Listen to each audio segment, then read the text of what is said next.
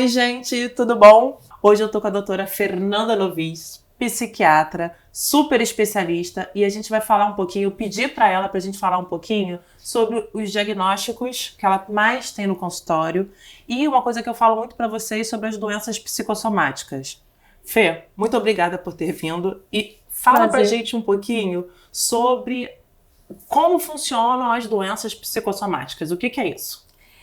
Na verdade, as doenças psicossomáticas trazer para o corpo os sentimentos mal resolvidos, né? Isso a gente vê claramente, que no instante que o paciente não consegue externalizar seus sentimentos, não tem consciência dos seus sentimentos, ele acaba somatizando e sentindo dores orgânicas mesmo, né? Que simulam doenças clínicas ou até levar a doenças clínicas.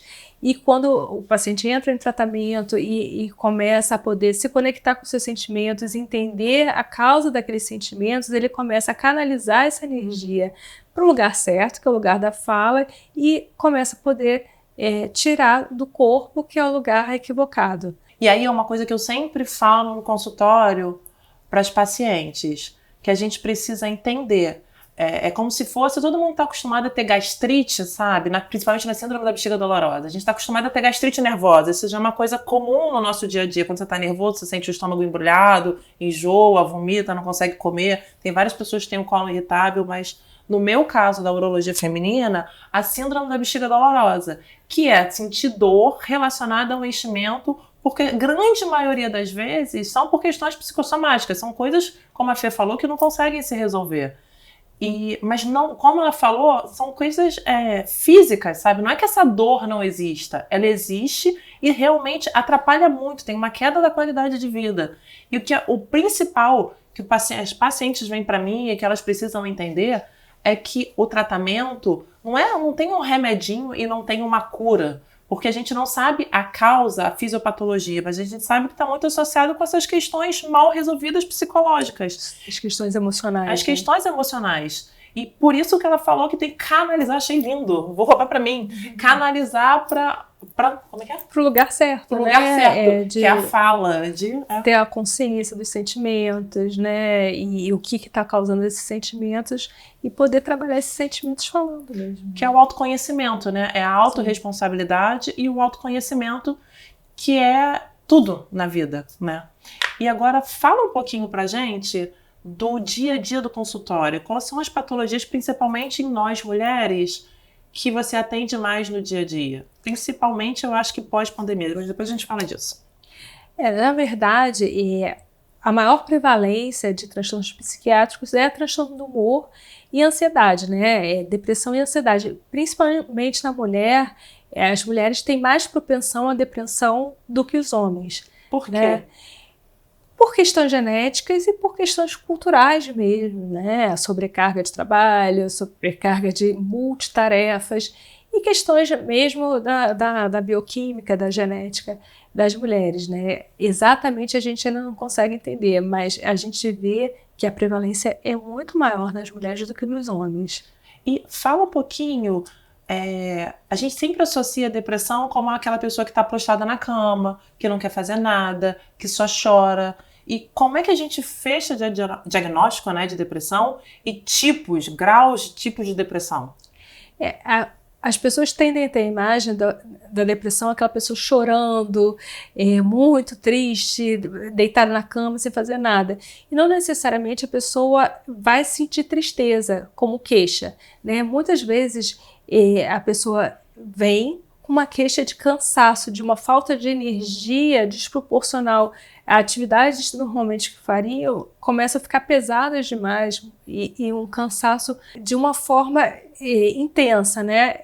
E às vezes até a queixa de tristeza não está existente, não está consciente, ou a pessoa não traz essa queixa de tristeza.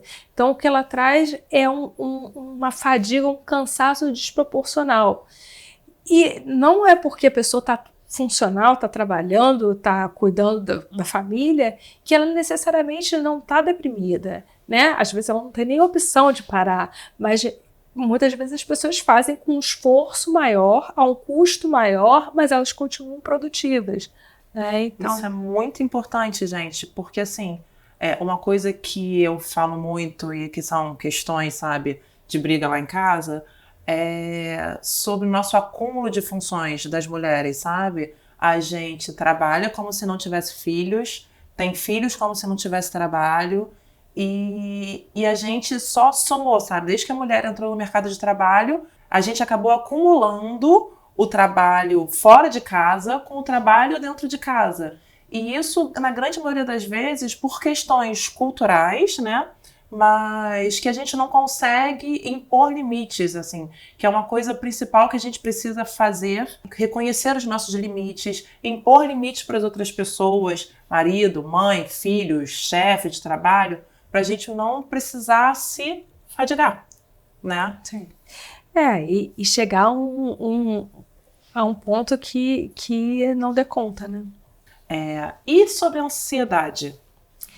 A ansiedade classicamente é aquele desconforto, a falta de ar, mas a gente pode ter sintomas físicos da ansiedade também. Pessoas ansiosas tendem a procrastinar, né, adiando ao máximo a resolução de problema, ficam mais indecisas, podem ter gastrite, e muitas vezes um quadro de gastrite está relacionado à ansiedade também, né, entre outros fatores. Quando é que a gente acha que um paciente deve procurar ajuda? Isso aí, você me ajuda, assim, porque o grande, na maioria das vezes, sempre encaminha para o psicólogo, encaminha para o psiquiatra, sempre peço para a pessoa procurar ajuda, mas eu vejo grande resistência no psicólogo, as pessoas até hoje em dia já aceitam. Mas para chegar em você, a grande maioria tem uma grande resistência, achando de medicação, que vai ter efeito colateral, e 2, por questões sociais, associado assim, psiquiatra é doença de maluco, sabe? É médico de maluco, eu não sou maluco. E quando é que a gente deve encaminhar e como é que a gente pode orientar as pessoas da melhor forma possível, que não é nada disso, quebrar paradigmas e tabus? Então, na verdade, tristeza faz parte da vida, ansiedade faz parte da vida e até são sintomas saudáveis, né? Você perde alguém querido e você não vai ficar feliz, né? Porém, quando chega a um patamar que começa a trazer um grau de sofrimento muito grande ou um impacto na vida da pessoa, que a pessoa tem impacto no funcionamento social dela, no funcionamento de trabalho, no funcionamento laboral, é hora de procurar uma avaliação, né? Então, a gente pode avaliar no sentido de intensidade, até que ponto a pessoa consegue lidar com aqueles sentimentos sem um sofrimento muito grande ou sem um impacto no funcionamento normal da vida dela. Agora, o preconceito em relação à psiquiatria vem diminuindo muito nos últimos tempos, né? Isso é notório no consultório. É notório como as pessoas vêm, indicam uma para as outras o seu psiquiatra e falam mais abertamente dos seus tratamentos hoje em dia, né? Até porque antigamente, as medicações eram muito cheias de efeitos colaterais. As medicações psiquiátricas são muito recentes, têm cerca de 60 anos as primeiras medicações. Então, as primeiras medicações tinham muitos efeitos colaterais e se tratavam os casos graves mesmo, né? E por isso esse estigma da psiquiatria só trata maluco, só trata descompensado, que é um estigma horroroso. Hoje, com as medicações mais recentes, com poucos efeitos colaterais, né, com medicações que alteram um pouco o libido, que alteram um pouco o peso, a gente consegue tratar também os casos moderados e os casos leves também de ansiedade e depressão, trazendo um bem-estar. Hoje o foco é qualidade de vida, então a medicação ideal é a medicação que a pessoa toma, tem um bem-estar e não percebe, não lembra nem que está tomando uma medicação, porque não tem um efeito colateral significativo. Então, hoje a gente consegue tratar os casos leves justamente porque a gente tem um arsenal de medicações na psiquiatria muito variados e muito refinados, com poucos efeitos colaterais. E uma coisa muito importante que ela quis dizer, de forma indireta, é que você não precisa chegar a um caso moderado a grave para procurar ajuda. Sim. Com medo, com receio e até dos efeitos colaterais, porque você consegue melhorar sua qualidade de vida, não deixar as coisas piorarem e ter um tratamento como se você não estivesse fazendo nada. Você não precisa sofrer, né? Chegar ao fundo do poço para falar, não, está na hora de buscar ajuda. Né? Sentindo que não está bem, que não está no seu funcionamento normal, que está no nível de sofrimento fora do seu normal, ou tá tendo um rendimento pior na sua vida, uma avaliação é necessária para poder te resgatar antes do problema se cronificar e crescer. E aí uma outra pergunta, assim, existe prazo de validade para o uso das medicações? Porque acho que uma outra questão, as pessoas ficam com medo de vou criar dependência, não vou conseguir parar de tomar porque eu vou ficar para sempre. Como é que funciona mais ou menos o tratamento? Qual é o objetivo? Isso é uma pergunta muito importante, na verdade, né? Quando a gente fala em depressão e ansiedade, o antidepressivo, na verdade, tem um nome que causa confusão, porque a mesma medicação que trata a depressão é a mesma que trata a ansiedade. E mesmo que você não tenha depressão, você vai tomar um antidepressivo. Né? E eu faço muito um paralelo com infecção, porque todo mundo entende um pouco de infecção. Se você tem uma infecção, você vai tomar um antibiótico, que aos pouquinhos vai matando as bactérias e a febre vai cessando. E nesse período você não vai ficar com febre. Você vai tomar um antitérmico, uma Novalgina, para baixar a febre e temporariamente te dar um conforto. Então, um Rivotril, um Frontal, é que nem uma Novalgina, ele dá um conforto mais imediato, enquanto o antidepressivo demora lá seus 10 dias para começar a fazer um efeito. O benzodiazepínico usado incorretamente é que causa dependência. Ele usado de forma correta, bem orientado, ele não vai causar dependência e antidepressivo não causa dependência. O que acontece é um tratamento mal feito. Quando você começa a tirar o antidepressivo, os sintomas vão voltando. Então, é sempre fundamental a gente buscar zerar os sintomas ao máximo. E aí, os sintomas tendem a não voltar. E aí, isso não é criar dependência. O grande problema de um Rivotril, de um Frontal, que as pessoas ficam assustadas, é que antes as pessoas usavam para se automedicar. E aí é o problema. Por quê? É como se você tivesse uma infecção e fosse tomar uma Novalgina em vez de tomar um antibiótico. E aí sua infecção vai crescendo e você está só se anestesiando ali com um sintomático, né? E você está com a infecção e você vai tomando uma Novalgina, a infecção vai crescendo e a febre daqui a pouco não vai dando conta e você vai precisando de mais Novalgina para baixar aquela febre.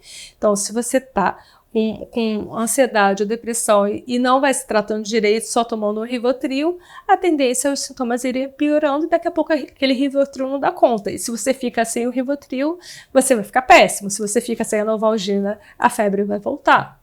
E isso que causa dependência, a ser maltratado. Muito legal. Então, assim, uma coisa que acontece muito no Brasil, né? A gente tem culturalmente isso, é a automedicação, sabe? A gente tem as farmácias de bairros, farmácias pequenas que vendem a medicação, ou comigo acontece muito, o paciente pergunta assim, você pode fazer um remedinho para mim? Sim. Faz uma receitinha para mim? E amigos, faz uma receitinha para mim? Não, você está acompanhando com seu psiquiatra, sabe? Quem é que está te prescrevendo? Quem é que está te acompanhando? Não, eu sou chata. Bastante. As medicações são controladas, na verdade, para proteger os pacientes que abusavam das medicações antes de serem controlados. Então, o controle é para proteger os pacientes da automedicação. Não é porque as medicações são fortes, são perigosas, é porque as pessoas abusavam antes de fazer um mau uso delas, né? Nós somos mal educados. Resumindo, é isso. E agora uma coisa que a gente falou muito são os efeitos da pandemia, né? Que ainda a gente está vivendo sobre os efeitos da pandemia. Muita coisa já melhorou, mas eu acho que ainda como sociedade a gente ainda vai perceber vários estigmas. E o que você vê no seu dia a dia? A gente percebe que pacientes que já tinham um transtorno psiquiátrico na pandemia, eles tenderam a se descompensar, e pacientes que não tinham nenhum transtorno psiquiátrico na pandemia começaram a exacerbar sintomas de ansiedade e depressão. E muitas pessoas, negligenciando seus sintomas, até hoje ainda estão sentindo os reflexos da pandemia, com aquela história de adiar a busca de um tratamento, e quando chegam hoje muito mal ao consultório, quando a gente vai colher a história, a gente percebe que muitas vezes o gatilho começou lá na pandemia, que foi uma fase muito difícil para todo mundo. principalmente para os idosos, que foi o grupo de maior risco na pandemia, né? E o isolamento, eu acho que foi de um impacto ainda mais intenso.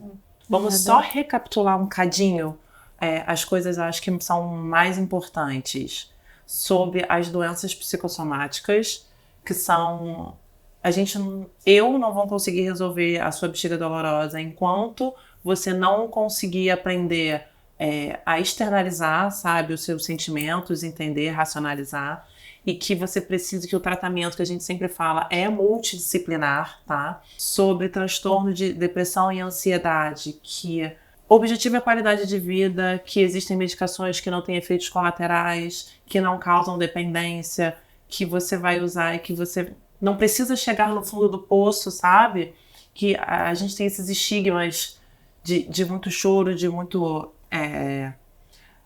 largado na cama, sabe? Mas que não é assim. Tem capacidade, né? De pessoas Existem incapazes, gravidades, né?